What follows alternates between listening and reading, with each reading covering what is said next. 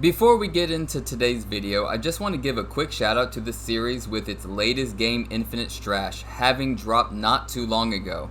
Having finished reading the series, this looks fun to play, cutscenes are iconic, and it's clearly paying homage to the great cast of characters. I don't want to spoil too many attacks with these cutscenes for the upcoming videos, but it's great seeing them in action, taken right from the manga, and the series even has its own anime. There's a lot of love for this series, so I hope you all enjoy the video and the future ones coming up after that are covering just how strong this verse gets. As you know, I'll be providing that triple AP accurate scaling with numbers showing exactly where everything fits. That said, onto the video. Hello and welcome back to another scaling video. In my last video I shared the latest list of series for me to cover and scale, and that all starts today with Dragon Quest Dai's Adventure. Some of you may remember that I've done a video covering but the very beginning of this series, and so if you're here today and haven't seen that, I highly suggest watching that first, as I'll be jumping in from there and going beyond multiple arcs. The slightest recap, however, is that the boy is already really strong. We last found his semi-crest sword slash coming out to this many joules per centimeter cubed, or we're talking around that low to mid-end building level AP as one example, and is one of the very first feats in the entire series. But before we fully start, I want to fix something. See, in my first video scaling him, I had only the time to go over the first 20 chapters or so.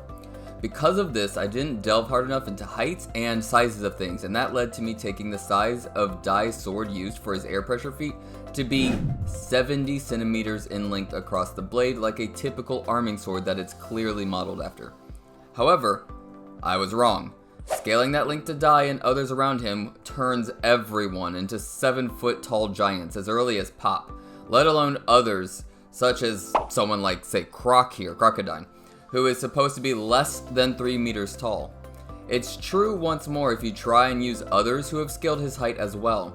Everybody becomes a giant.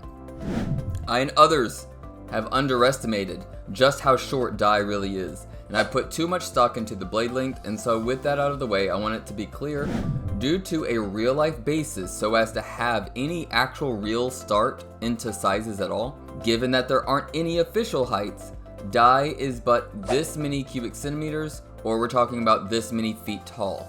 But he's also a legit child. This comes from treating average adult men as the average adult men's size that we have for real life, say for Japanese. So consider like say Avon as your average Japanese adult man size in height. That's where a lot of this is coming from, and that's where, because otherwise, just so we're all clear, if Dai is close to like 5 feet tall like other people are finding, then Pop and Avon and them start getting closer to like 10 feet tall sometimes. No, that literally can't happen, because again, then this man would be far above 3 meters tall, and he's not. And now that one's outright the case.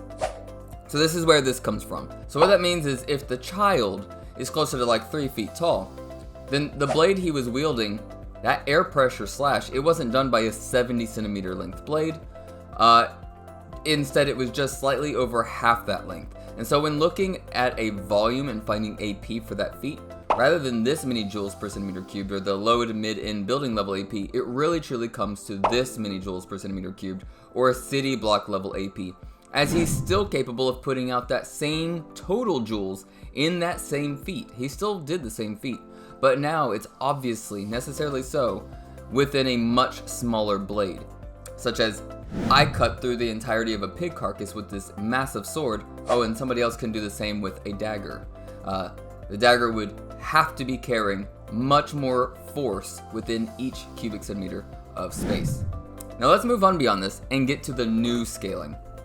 See, at this point, they've already defeated Crocodile, someone who easily rivals Quest Dai's physicals with his own, and now puts the party at odds with a character named Hyunckel. What's impressive about him is that his entire gear is made of matter stronger than steel, capable of high magic resistance that can outright negate weaker spells other than electric based ones, and then he himself is nearly as physically strong as Crocodile while being much faster. Despite this, Dai with no crest manages to, with but the weakest fire magic added to his sword, be capable of carving deep into the armor that resists the magic side.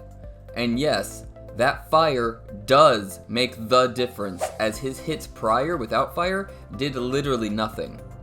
Because of this, we know his Mera Slash is at minimum on par or better than his Earth Slash, and the heat is already beyond that of lava, to the point that being fully immersed in said lava for many multiple seconds on all sides failed to melt away or destroy the armor underneath the real armor that Dai is actually carving up here. And that's to pretty much any degree beyond just the burn marks that don't even remain going forward. So that's the Mera Slash's power, and in lowballed minimums, we're looking at least this many joules per centimeter cubed, or a large building level AP. So yes, weaker than his crest powered basic slash, but that's outright the difference between his crest versus his base. The second thing worth bringing up within this fight is this. Not only do we have Aven Strash being multiple times more potent than Wave Slash, which is multiple times more potent than Earth Slash or Mera Slash, but now it's powered by a Raiden on top of it, which is in of itself multiple times more potent than a Mera. All of that into one, and when you factor in the absolute minimum multipliers based on feats throughout, we come to this many joules per centimeter cubed, or we're talking higher end city block level AP. This is putting current Dai's Raiden Strash greater than his crest powered basic slash, so we finally hit that point.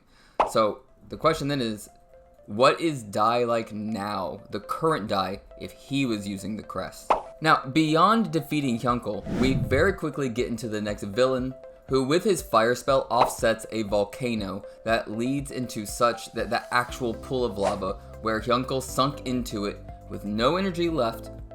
And yeah, remember, he survived that. Well, now we're meeting Flazard. This guy, while not the most durable, needing regeneration rather than straight bulk, he more than makes up for with two things. One, his magic is by far the most impressive thus far. And two, even more impressive is the idea that with setup, as he does, he can make it so enemy stats are lowered by 80%. aka, they are going to be at 1/5 of their stats versus him. And truly, Dai has leveled up to the point where being 80% weaker is the only reason he can't win, and yet is still faster despite it.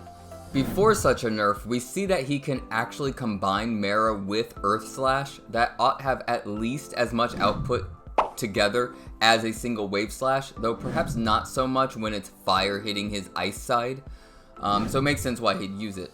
And look, Dai isn't the only one powering up by leaps and bounds. Note the size of the towers to the island. We're talking about some massive towers, and Hyunckel later is capable of destroying the ice one in one blow without using his strongest attack, or we'd be seeing it. The thing is massive.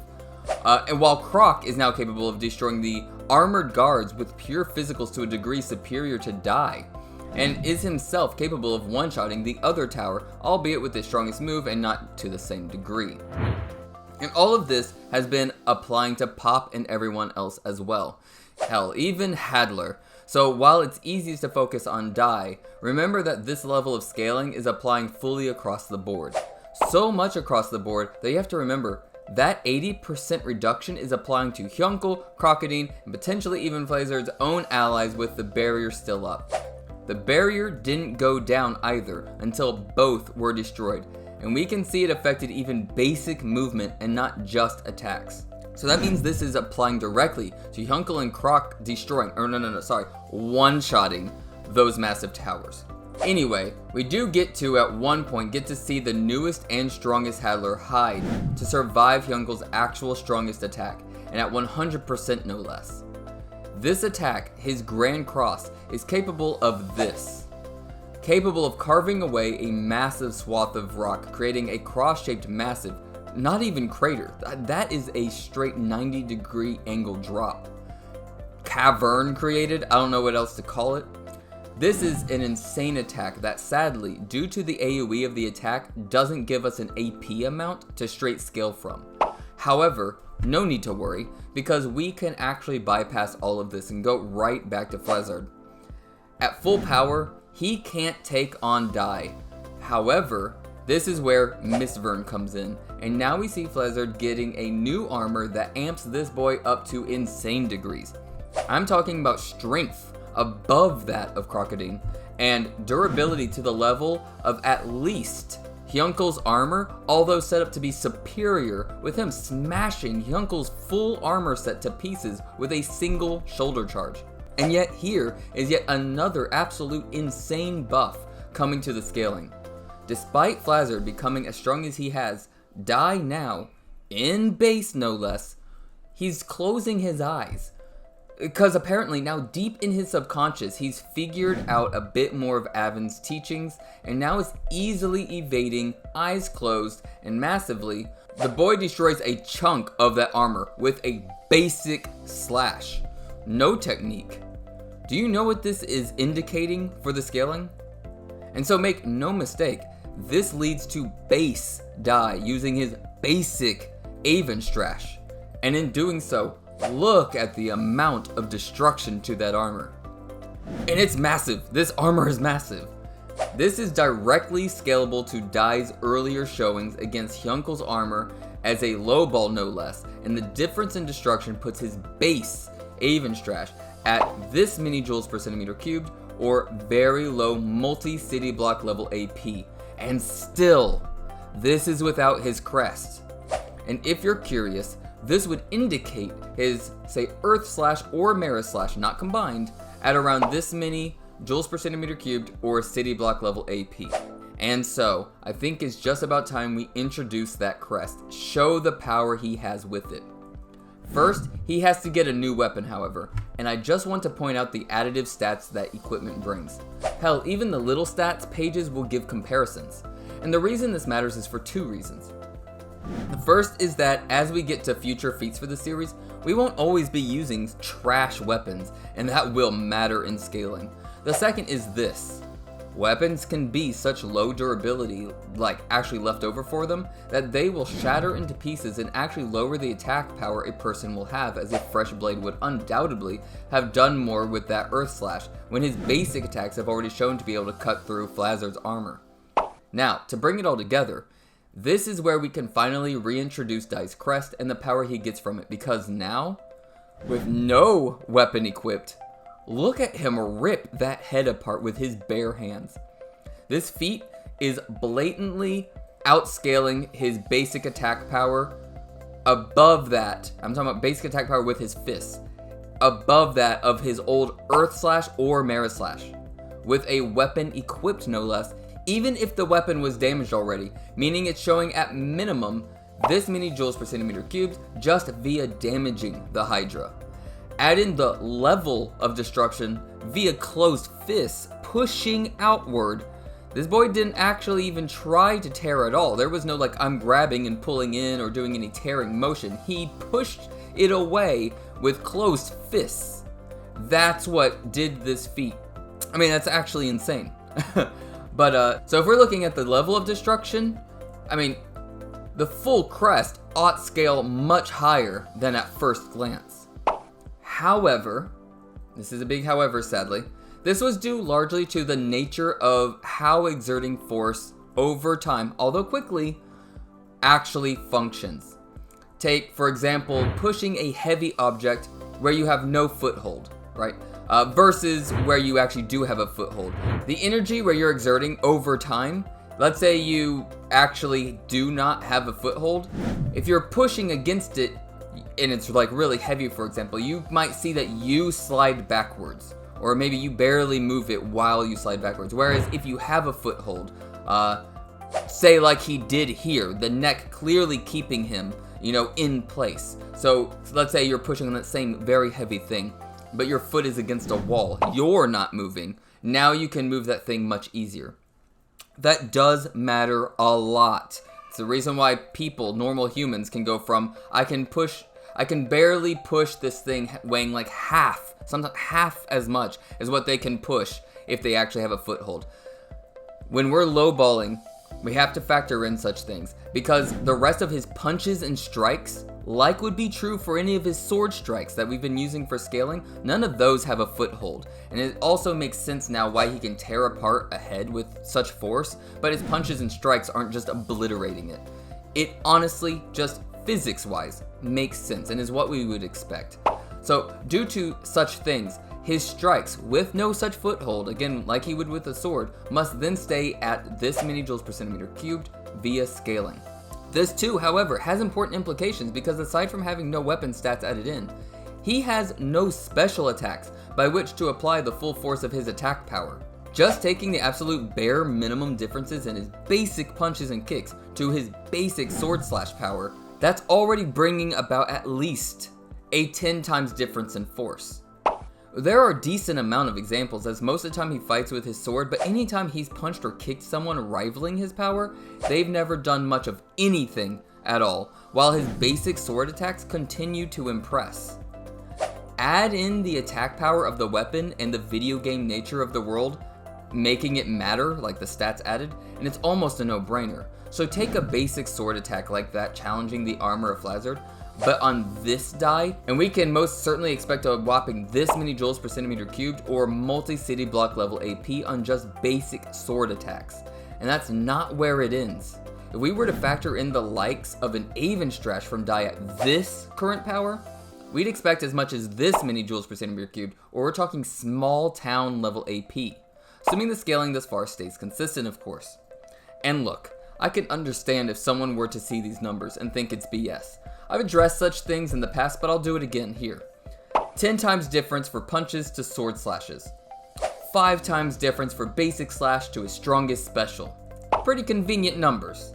Well, yeah, and that is the point. As long as those easy to work with numbers are definitely a guaranteed minimum that must be true, then not only does it lowball to must be true conclusions, but doesn't muddy the water at all by trying and possibly failing to use a complicated number than what needs to be used. That, what, you'd be using just for the sake of it? So yes, I do use easy to follow numbers when the math calls for an unknown multiplier anyways, or increase, but necessary minimums can always be found. The only other question would be, are these numbers really as high as I'm saying? Are they really necessary minimums? Now obviously I think so, but to point out the 5 times difference, basic slash to his strongest technique, right? I can verbatim show feats over and over again that the Ayyyy slash is at minimum that difference to even the Mera slash, let alone a basic slash as I'm further lowballing to. The only contentious one might be the 10 times difference between basic punches and kicks versus basic sword slashes with a weapon equipped. And while here too, I know that I can show different feats. Just take note that as I cover the rest of the series, because maybe you won't have all the feats right now, but bear with me. As we continue down the series, you'll see there'll be many more examples where it proves to be true. I've already seen or read throughout this entire series. Ultimately, the point is that the numbers I'm using are minimums that show themselves each and every time, and that showing each time becomes the consistency that applies itself to each scaling feat. I didn't mean to stop the scaling of this video, but I did want to address the scaling thus far so we're all on the same page. It is also part of the reason I did my last video before this, because this series is going to be getting crazy. This series is a high majority of non-linear exponential scaling, and the boosts seen thus far are nothing to the future ones we'll be seeing. Lastly, for the Hydra, we do see the Raiden one-shot the thing, and that tells us in scaling above what a Wave Slash has shown to be able to one-shot, even of current Dai, but using base Dai's Wave Slash to lowball with, we can expect Raiden to be putting out at least this many joules per centimeter cubed, or very low-end small town level AP that is additively scalable to an Ayyyy Strash for the Raiden Ayyyy Strash. So these are some of the numbers we can be looking at, and with that, it's time to move on to the next villain in line, Baran. Are you ready for the highest jumps in power yet? Because this man is an absolute monster. For example, after all this time, all this scaling, Baran's armor alone is above Hyunckel's, above Flazard's, and is capable of holding together for the most part against a full Ayyyy Strash. Baran himself is far tankier than even that, like his armor. And that's against current Dai, all of this. Look how little it did. This means you need at minimum this many joules per centimeter cubed or that small town level AP just to do a whopping nothing to Baran. Base Baran. Base Baran using 0 Toki to block. Toki is the energy of the series. And so yeah, this is kind of new, Toki. This energy system isn't complicated, but it's something that's very simply powers your attacks and your defenses. Barons, for example, can do this. And defensively, it turns what could be a highly damaging attack into complete nothing. Baran didn't use Toki for this. Back to the Crater Maid, however. This is the only feat thus far that is calculable in any meaningful way, as the other seemingly more impressive feat, there's just not any calculations to accurately gauge it. But when it comes to the crater, we can see clearly with Baran directly in the center that the entire crater's volume comes out to a lowball this many cubic centimeters. And now, to be fair, we also clearly have a conical frustrum making up the shape Baran is standing on. That is the part that he is standing on. That's what that shape is, okay? That right there, that's the remaining volume we have to subtract from the crater, coming out to this many cubic centimeters. And look, cratering rock is 87 joules per cubic centimeter. Voila, math. This feat is coming out to this many total joules, or city block level, all without factoring in the trees thrown an unknown distance, the waves knocked an unknown distance, or even factoring in the pillars in the background breaking down, all done via the air pressure of the Toki coming out. Basically, this weakest, not even an attack showing, is already close in power to the Ayyyy of Dai when he fought Hyunckel, if not right on par with everything else factored. The other aura attack, while uncalculable, does one-shot Dai and scales much higher. Additionally, base Baran walks through Pop's best spell that already scales above the Veggie drama he can do, that is also matching Hadler's magic power from on the island. Walks through it. Base. This will be very relevant soon. Now, Dai's Raiden Strash is noted as much stronger than before, but we knew that. However, Baran in base proceeds to block it with his sword and is barely pushed. And the only reason he didn't kill Dai is because he still wants him to join him rather than kill him. But we see the next stage of Raiden. Gigadane. Even more, Crest Baran's Draconic Aura, or Toki in this case, is greater than Croc's basic attack to the point it destroys the axe. Doesn't even need to guard. Croc shows he can survive many multiple punches from Crest Baran, who'd be greater than Quest Dai's punches, or around this many joules per centimeter cubed as well. So Croc really putting in some work. Even more so, Quest Dai shows he can react to a Gigadane mid-strike and block it with his sword. I'll get to speed later, probably in a different video, because it'll all come together if I do it at once. Just know, get ready for some pretty high speed. Now, aside from that, the scaling for characters surrounding Dai should be noted is also consistent at this level as they grow with Hyunckel later, showing nearly the same feat. It's not a one and done type feat, and yes, so everybody's getting more powerful. He and Croc then proceed to actually injure base Baran, but using his Draconic Toki to defend, though it was their best moves. This shows that Croc has leveled up as well. Again, they are leveling up with Dai. And yes, he, like the others, are absolutely leveling up over time. And yes, to this degree. Doesn't mean that Croc's attack is equal to current Quest Dai's Ayyyy Strash, but it can't be significantly behind, as the Ayyyy Strash earlier didn't even break through the no Toki based Baran, who wasn't defending himself, let alone a Draconic Toki Baran. Later too, however, we have Croc showing he can outright survive Giga Break, and it's no luck either, as he survives it back to back. Yes, he's healed, but that's just to keep going, as in keep fighting. When it comes to surviving, he outright survives it, not just Giga Break, but crest powered Giga Break from Baran, not Dai. This is outright much stronger than anything Dai has, even at full power. But it's here we can get to the crux of power. Yes, you're seeing that right. Young Baran's Dorora is in fact country wiping, beyond country wiping in fact. It didn't just surface wipe, the country is gone. Like, this thing isn't even on maps anymore kinda gone. The land doesn't exist. And I really contemplated this feat for a long time, and I do in fact stand by it being a single attack.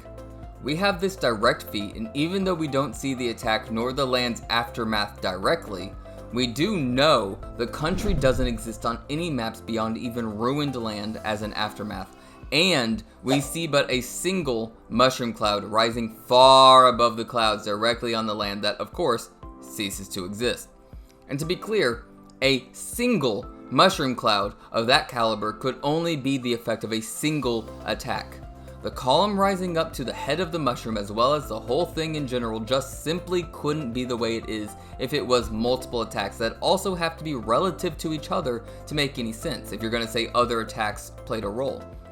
This attack, however, it wasn't shown during the flashback, but I can tell you it wasn't done in base like it seems. This would have been absolute full power Baran, and you'll see what that looks like right now.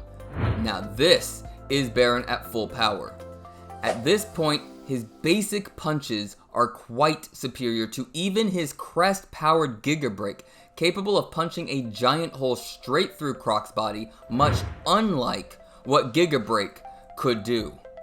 In fact, the difference in destruction would require at least, again we're going minimums here, twice the power to maintain the force and do such damage, meaning even if we absolutely mega lowballed Baran's Giga Break to but 5 times the power of Dai's Raiden Avenstrash despite doing absolutely nothing with an Avenstrash to 0 Toki no guard Baran, we'd expect his basic strikes to have at minimum this many joules per centimeter cubed or high in town level AP.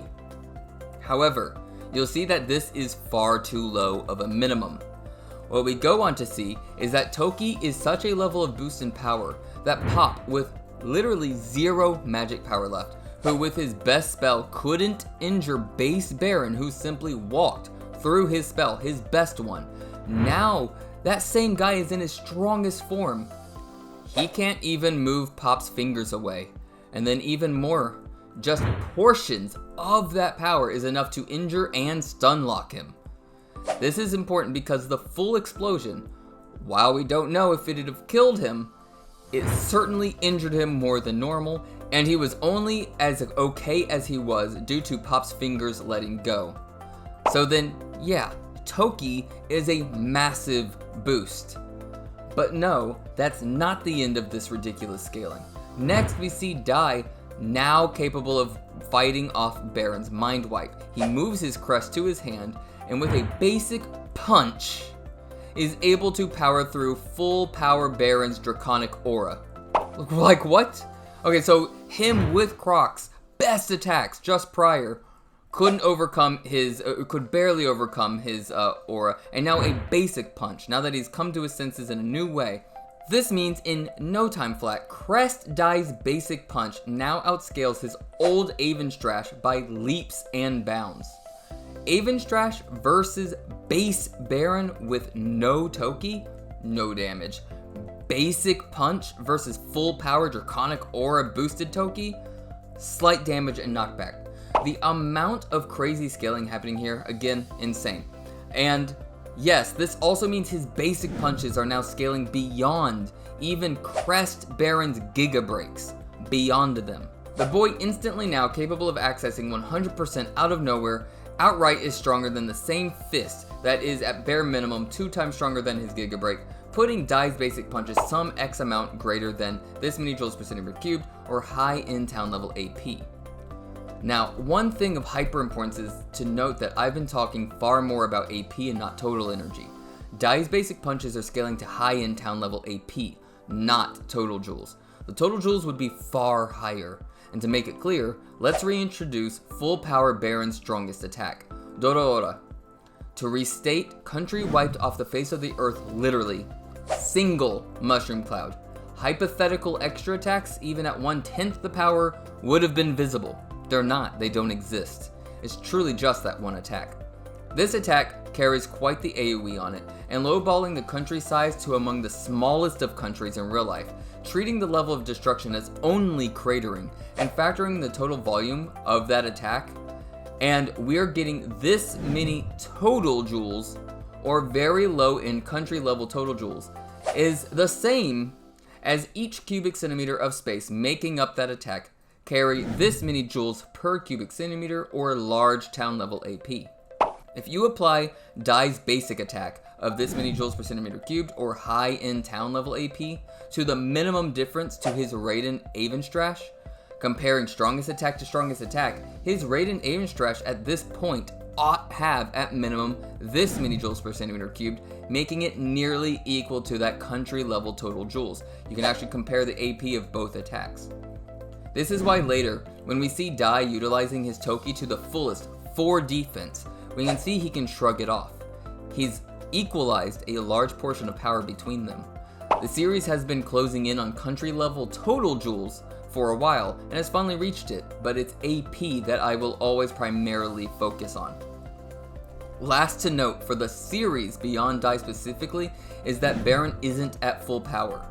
He's used many powerful attacks back to back, and they do drain a character's overall output as Toki is the fuel behind nearly everything and is being burned as many attacks are made. I also can't stress enough just how much of a lowball I did for Baran's country wipe. We don't have a basis for the fictional country, and a real life country can vary massively in size, but we can see the world map. It makes up a good percentage of landmass.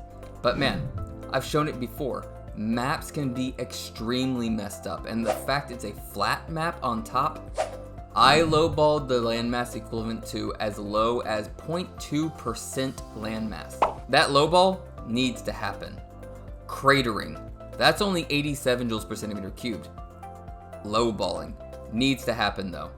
It likely was more than cratering, but cratering is the minimum that would actually completely wipe out the land under sea level, as fracturing simply wouldn't cut it. But cratering under sea level, how low then? I used a minimum of 2 kilometers, just 2, and didn't make up the very likely mountains height that actually have to be under the sea instead. Just 2 kilometers. I lowballed, as I should. I don't regret it, obviously, and there's so much information missing, but let it be known, despite lowballing to the degree I did, to what I consider a minimum, crazy to even try and push lower, it's still hitting country, not small country, country level total joules, and the large town joules per centimeter cubed. The very last thing I'll mention about this surrounding Baran is that you shouldn't be surprised when all of a sudden he can damage and fight with people much stronger than what these numbers are representing. Because the real reason Dai did so well against the attack was that Baran was no longer at full power, and the power of Toki when utilized for defense. You'll see it more as other feats show up, just how strong Toki can be defensively. And that about wraps us up for part 1 of Dragon Quest Dai's adventure. In just about a third of the series, we're looking at a country being wiped off the face of the planet. One final thing before we end this video. Shout out to Croc. This man has fought Baran more fiercely than anyone else not named Dai.